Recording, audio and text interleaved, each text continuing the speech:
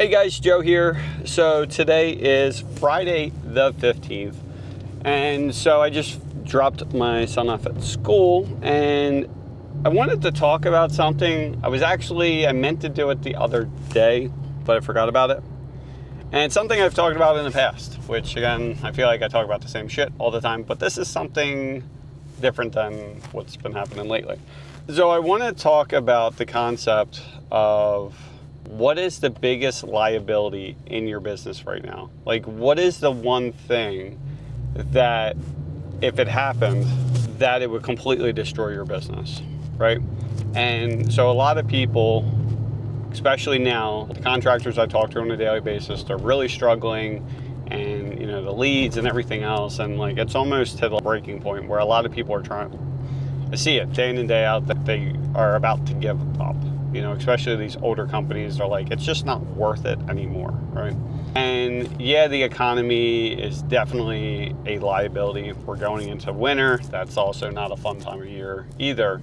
But there's one thing that is the biggest liability more than likely in your business that you're probably not even thinking about, right? And so the reason why this came up, the way I thought about it again, is because I injured myself playing pickleball, right?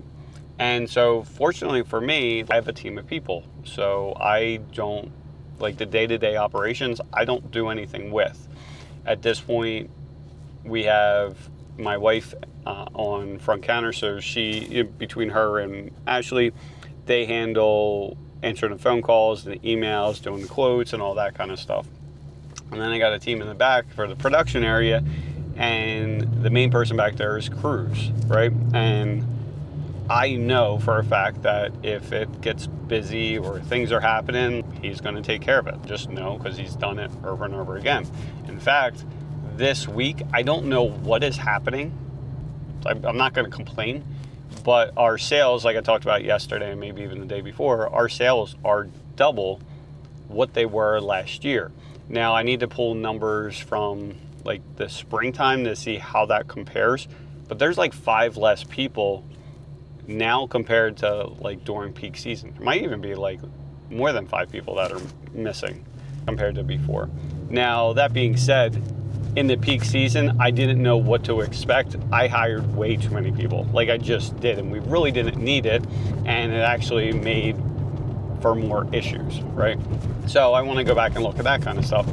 But long story short, I'm not directly involved in the day-to-day operations whatsoever. Now, if I was the one that had to pack orders or run around or whatever happened to be, we'd kind of be screwed up right now, right? But I also have more people, so I can have them help me out, right? So we can flex people in and out. We can do something with that. But if I was just starting my fence company like from years ago, and I was the guy that was answering the phone calls, the emails, going out to quotes, and doing the installations and all that kind of stuff, I don't know what I would do. Now, fortunately, it's my knee, right? So at this point, I'm wearing one of those compression braces, and I could, like, if I have to, like, I hobble around and like I can make it work. That being said, I am sure I would be in a shit ton of pain by the end of the day. But also, I've had issues with my wrist. Actually, is kind of because I have the cyst going on, so there's an issue with that. And so, if I had a messed up knee and my wrist, and I seriously just got injured, and again, I'm responsible for installing and all this other kind of stuff, what happened to my business? And like it would just stop. It would. And like for how long, right? And so that's what I want to caution you guys with, is that if you are the main person for like everything, they call it a Keyman risk, but at this point, it's just like your business is going to stop, right? So this means there's no more business, at least in the short term, there's no income coming in. Everyone's super tight with money as it is, so no money's coming in, you're already not having enough money, bills aren't being paid, and then eventually something's going to give, and either you got to shut down or you're going to end up doing, you might end up working through it, creating more things like that, could end up being permanent.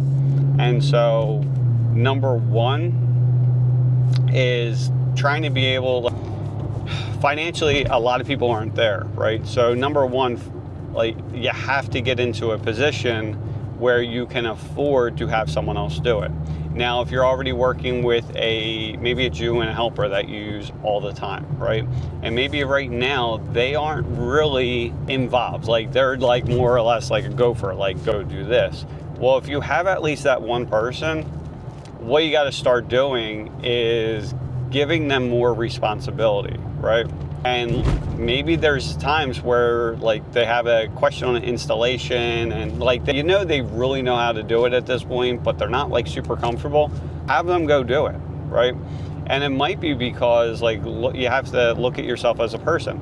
If you're the type that if they make a minor mistake and you're completely blowing up on them, well, at that point, they're not even going to try anymore. And that's probably why they are constantly asking for help or clarification or some insight or whatever it may be.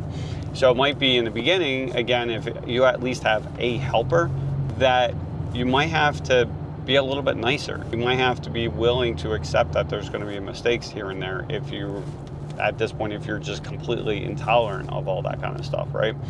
And for me, it's easy to say because I dropped off my son at school and I'm just driving. So it's not even like there's any issues going on or anything like that. So it's easy for me to be like, if there's an issue, just don't say anything, or try to be nice about it or handle it this way. And it's easy to say in this moment. And of course, when things are happening, it's not easy, just not. So number one, if you have a helper, do that. Number two, if you don't have a helper and it's literally just you by yourself, you have to figure out a way to get someone else involved one way or another, right? And at this point, just say you're seriously injured to the point where you're not in the hospital, but it's like you can't install what you sell at this point, right? What I would personally be doing and spending time on is finding subs. That's what I would personally be doing. Because at this point, if it's only you and you really can't afford to hire someone else, well, if you go the sub route, it's not like you're paying for them whether you have work or not. It's only when they go and install for you. So I would personally do that because even if you can't walk, but at least you can drive to the houses and answer the phones and stuff, at least you can still sell and then you have at least someone else installing. So that's what I would personally do. And honestly, it's usually the first stepping stone. If you look at the amount of time that you spend on an average job between the whole process, and I'm not just saying for the installation, I'm saying from start to finish, for phone calls, emails, going out to the estimates, putting the quote together, ordering materials, installing, you name it, the whole shebang, right? 70-80% of your time is spent on the installation. So it only makes sense that if you're trying to start getting away from doing everything and being responsible for everything, that subbing out just makes sense, right? It's the first thing that really needs to be done, because at this point, you really can't scale your business, can't really grow your business if you are the one installing. At this point, if you're booked 4 and 6 weeks out, and you can't handle anything else, what are you going to do at that point? And a lot of people want to go the employee route at first, but the thing to consider with that kind of stuff is, number one, do you like managing people? If you don't like managing people, then employees might not be the best choice for you, at least in the beginning. For me, I already know one of the things I am not great at, a few of the things, right? So consistency, holding people accountable, things like that. And when you have a team of people, you really need to have those skill sets. So for me, do I either try my hardest to improve on that stuff, or do I find the person that already naturally likes to do that kind of stuff, right? And so actually I'm in the middle of texting this person, and I had them take this quiz because I already knew kind of the answer to it, but I had them take this quiz to see if he was a visionary or a integrator. So I've talked about it in the past, but a visionary is typically the CEO of the company. They're the ones that have this vision for what they're, what they want their company to do and things like that. But a lot of times they're not great at the consistency and the day-to-day operations and things like that.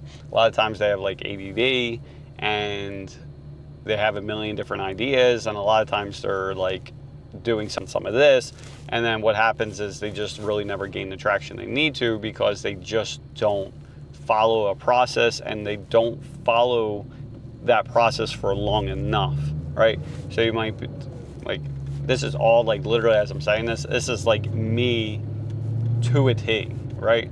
There's so many times and so many different things that I wanted to do that I started and then went on to something else. I remember back when I was, at that point, I was really going to make that attempt to be like an online coach and, you know, that kind of thing. And this is years ago, right? So I had ended up hiring like a copywriter because we were going to start running ads. Like I was going to do all this kind of stuff. And I still remember like this guy, he came on as a copywriter, he was going to help with the funnels and some of this other stuff. And so we're getting through it after a week or two or whatever. And then I'm like, oh, we should start doing this. And he's like, no, like you gotta stay with this. Okay. And then like a few days later, I'm like, all right, now we're gonna do this as well, right? And he's like, no, we can only do this one thing. Just focus on this, right? Okay. And then a few days later, I'm like, all right, we're gonna do this.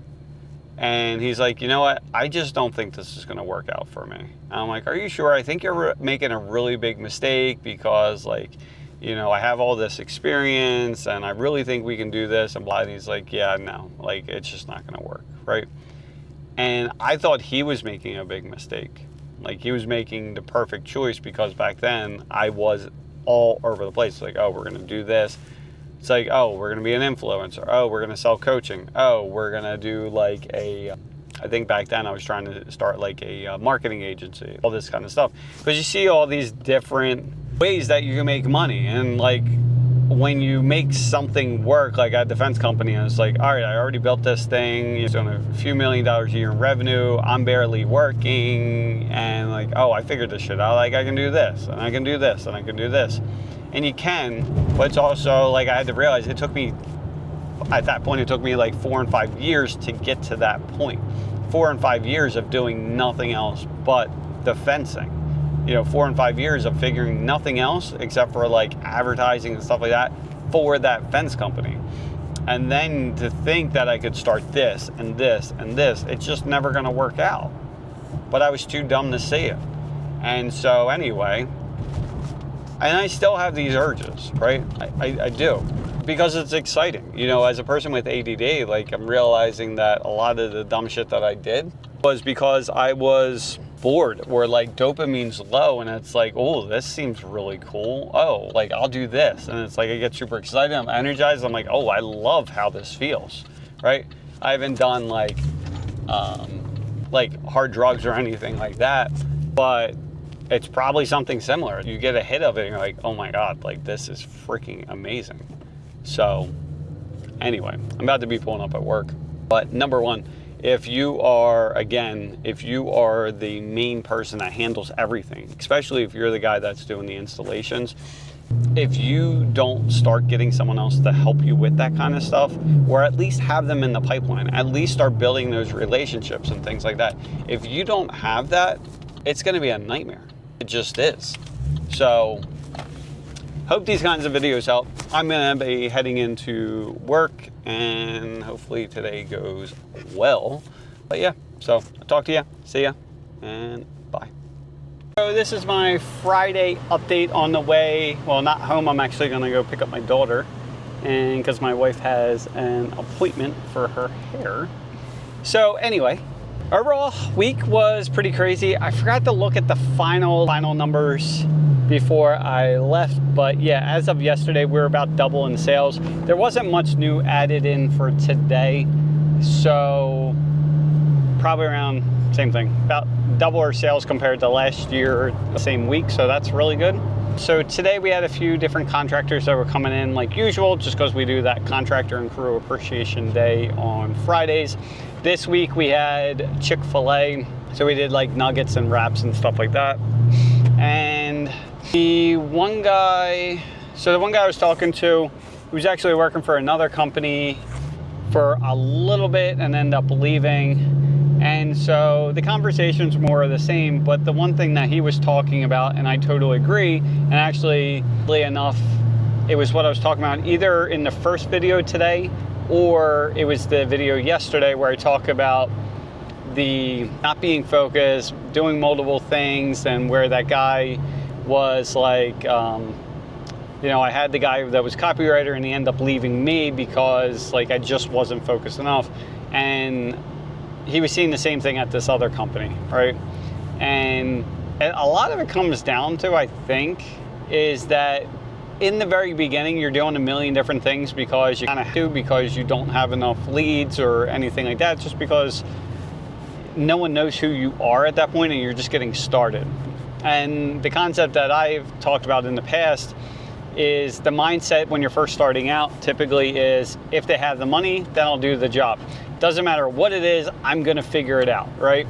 And then what needs to happen down the line is the mindset of, if they have the money and they want what we offer, then we'll do the job. Because when you have like a million different services that you offer, it's really hard. It puts a huge drag on the business from start to finish. So as far as like even quoting the jobs takes forever, because you know, it's, if you're always doing something new, you don't know exactly how to price it. You're trying to figure a lot of stuff out. You're constantly having to get like the most up-to-date pricing, because maybe the last time you did a job like this was like 2 months ago. Maybe the price is different and you just don't know how to even price the job out in general, right? And then even from the installation side of things, because again, if you don't know how to really do it or you're not doing it consistently, you might think that it's only going to take 4 days and then it turns into like 7 days or whatever it happens to be. So number one, you're not making anywhere near as much profit as you thought you would be. And it's also pushing back other jobs that you could have been doing. And so that's where I really do think it's, you know, niching down as much as you can, as long as you have enough leads and stuff like that coming in. And so anyway, the other thing that we were talking about, sorry, I'm done, I had too much Chick-fil-A. So he's had a lot of experience. He was working he had a landscape division that he was doing years and years ago, and he did it for like 18 years or something, and working with big home builders and things like that. So he was able to run successful businesses. And the cool thing that I like that he was able to do, it was almost like his own company, but it was within a builder, right? And not just like a small builder, but like these big national builders. And so what would happen is it was like running his own company with the financial backing of a large corporation. And the nice thing for that is, like, if he ever needed equipment or something, as long as like he actually needed it, they would buy it for him, because at that point, like, not unlimited pockets, but more or less, right? And the nice part though is, for someone like me, where I'm like, hey, I need this, I'm normally just clearing it up with myself. Like my wife, you might say something to my wife and she's like, absolutely no. And then if I think it's a good idea, I'm just going to do it anyway. Whereas like he had to actually prove it. So it spent more time thinking about whether or not you really need the equipment or whatever it happened to be. So it was kind of like that nice mixture of the two, and it's probably very helpful, right? And so anyway, now he's looking to start his own thing all over again, but like completely his own thing. The one thing he's doing right off the bat is he's like, I really want to just start with subs in the beginning. And I'm like, I completely agree. Because number one, when you're starting off in the beginning, you don't have a lot of income. And if you're looking to do all the installations yourself, well, then you need all the equipment and all the insurance and everything else. And there's a lot of money up front that you're gonna need, especially if you're doing bigger type projects, right? And so going with the sub route, you don't really need that. You just need to be able to sell the job and have like a network of subs that you can use that can quickly and efficiently do the job. The other thing that I talk about all the time is like, you know, if you want to go the employee route, that's fine, but what happens if you're not naturally good at managing multiple people? What if you just don't like doing it either, right? And so you have to realize what kind of person you are. maybe you are this really great leader and this person that is great at managing others and developing others and things like that. And for that, maybe you want your own employees. But maybe in the beginning, same thing, you might want to just start with subs.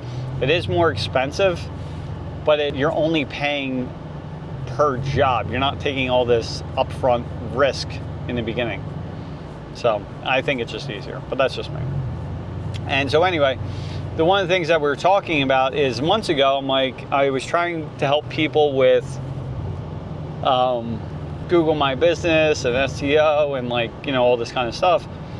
But it was more or less the same thing that I have my core business, and now it's I'm almost starting marketing agency and things like that. And so I said, number one, as far as because he's I need a website, I need this and this. And I said, well, honestly, as far as a website, I already know guys that can do this for you. And it's people that the online marketers and things like that already use. So if people are calling you up to design websites and whatnot, if it's a bigger company, they're outsourcing that to someone overseas. It's just the same process. They're subbing it out, right? And so anyway, I have people that I know that are the subs for these bigger companies. So I'm they do quality work and they're just a hell of a lot cheaper. And he was talking about the other things, and I said, basically, if it were me, here's what I would do. And number one, because even months ago, I was talking about the Google My Business, SEO, and all that kind of stuff, which, again, it is important. I'm not saying it's not. That needs to be done as well. But I really do think that the bigger emphasis, again, is on content. So I was just telling them the same thing. Post the videos and boost them. But the one weird thing I did see, so Paul was in again today, and the one weird thing I did see is he was trying to boost this one post and just say he was going to spend $100 on this thing, right? Facebook, because he was using the Facebook app on his iPhone, I think, it was actually trying to do an additional $50 fee that was paid directly to Facebook as just a fee to use through the app.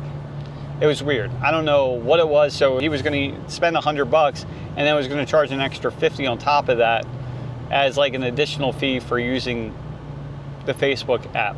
I don't know why that is. I don't know if it's because of the App Store that would take a portion of their payment. Maybe. I don't really know. So he's going to be trying that on desktop. But anyway, so this coming week, I definitely do want to shoot some content that shows you guys how to shoot the content, how to do light editing. So using things such as CapCut or Opus, things like that, where you can take quick editing for one, or when we take long form videos, so something like this, where you can throw it into something like Opus, and then what it'll do is it'll actually pull out clips for you that are up to 60 seconds long, or new ones that are 1 to 3 minutes long, and things like that. And it's not perfect, but it's pretty damn good, and it's very simple. So you can upload, in this case, say this turns into a 15-minute video, there might be 4 or 5 decent clips that are maybe 2 minutes long, a minute long, things like that. And so you can end up posting a full, long form content like this, and then you can go and upload, you take those videos, your shorts or whatever else, and upload them as well. So then what ends up happening is this one video could turn into 5 and 6. So, and I told him the same thing. I really do think that's much more important than anything else. He was just saying the same thing that most people were saying, that because it is election year, people are very, for 6 months or so, they are much more cautious with their money and things like that. And I said, I do agree, but the economy, right? I think we're in a different situation. Will it get better? Yeah, probably. Well, we got that. I'm trying to think what else. So that was done. And then I shot the first structured content specifically with the scripts that my assistants were using or set up for me. So we'll see how that turns out. So basically they're gonna take that, do the editing, and then we're gonna basically chuck that into ChatGPT to see how we can further improve it. So we'll make a few more iterations of that and hopefully have something that's pretty good. We'll see. But that's where we're kind of at. So anyway, I think that's all I got for today for the most part. Can't think of anything else. Oh, I did get my car back. I think I mentioned that yesterday, maybe. But anyway, that's all I got. So talk to you. Have a great day, great weekend, all that kind of stuff, and stay safe. And again, if you are the one that is doing everything, so specifically if you're the one that's installing everything as well, seriously consider trying to at least build relationships with subcontractors, because if you get injured, your whole business is going to probably just come to a screeching halt. And as far as, I should take a picture of that. Speaking of that, so even worst case, finding, like I said, so if you're still installing, at least find subcontractors, start building relationships with them and things like that. If you don't know anyone, what you can actually do is ask the people at your supply house, because they're probably going to know.